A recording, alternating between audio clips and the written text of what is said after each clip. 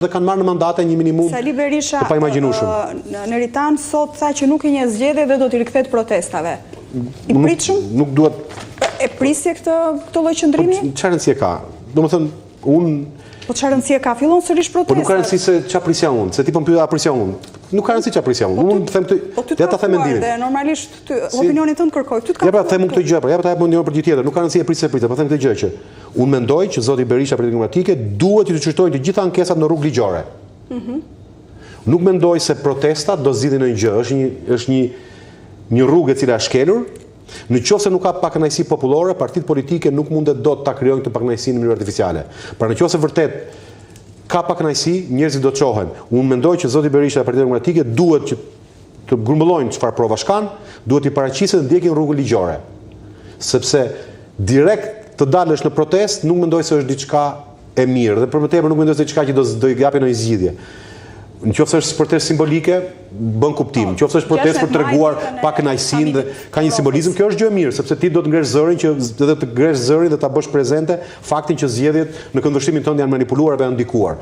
Por në qoftë se kjo bëhet udhë dhe mjet politik, atëherë mendoj që kjo është e gabuar. Se Partia Demokratike duhet të reflektojë dhe duhet të ndryshojë dhe të përgatitet sepse koha ikën, ditët ikën, erdhën zgjedhjet lokale, në Tiranë mund të kemi zgjedhjet parakoshme për 5-6 muaj dhe do jetë mirë që Partia Demokratike duhet të mendojë se kë do ketë në Tiranë. Një ditë më parë dëgjuam opinionin paraprak të OSBE-ODIR, vjen dhe opinioni i Bashkimit Evropian për zgjedhjet, ndër të tjera konkurruese, por përdorimi gjerë i burimeve administrative dhe ndikimit institucional mund të kenë siguruar avantazh për pushtetin duke krijuar terren të pabarabartë për forcat politike. Pra shndrimi i Bashkimit Evropian mbështetur edhe në gjetjet e OSBE-ODIR. E dëgjojmë pak dhe rikthehemi sërish në bisedë. Bashkimi Evropian reagoi për zgjedhjet në Shqipëri, duke qëndruar në linjën e gjetjeve paraprake të misionit të vëzhgimit të zgjedhjeve të OSBE-ODIR-it. BE thosë se zgjedhjet u menaxhuan përgjithsisht në një mënyrë gjithëpërfshirëse dhe transparente, duke vlerësuar ditën e qetë të zgjedhjeve pavarësisht disa mangësive. Zgjedhjet në përgjithësi ishin konkurruese dhe të zhvilluara profesionalisht dhe kandidatët në përgjithësi ishin në gjendje të bënin fushat lirisht. Megjithse disa raportuan se u përballën me kërcënime.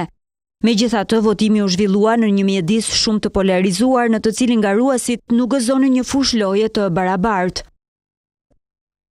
Ashtu si OSBE-ODIR edhe në deklaratën e përfaqësueses së lartë të BE-s dhe komisioneres për zgjerimin për shkak të përdorimit të gjerë të burimeve administrative dhe ndikimit institucional, mundet që shumica qeverisëse të kishte një avantazh të pushtetit. U bën akuzat të shumta për presion mbi votuesit e veçanërisht punonjësit publik. Përpjekjet e koordinuara për të hetuar dhe ndjekur penalisht krime zgjedhore janë një zhvillim i mirëpritur dhe ndjekja e tyre është e nevojshme në mënyrë që të adresohen shqetësimet e vazhdueshme të keqpërdorimit zgjedhor. Pavarësia e medias vazhdon të jetë një problem dhe mbulimi i saj zgjedhor ka vazhduar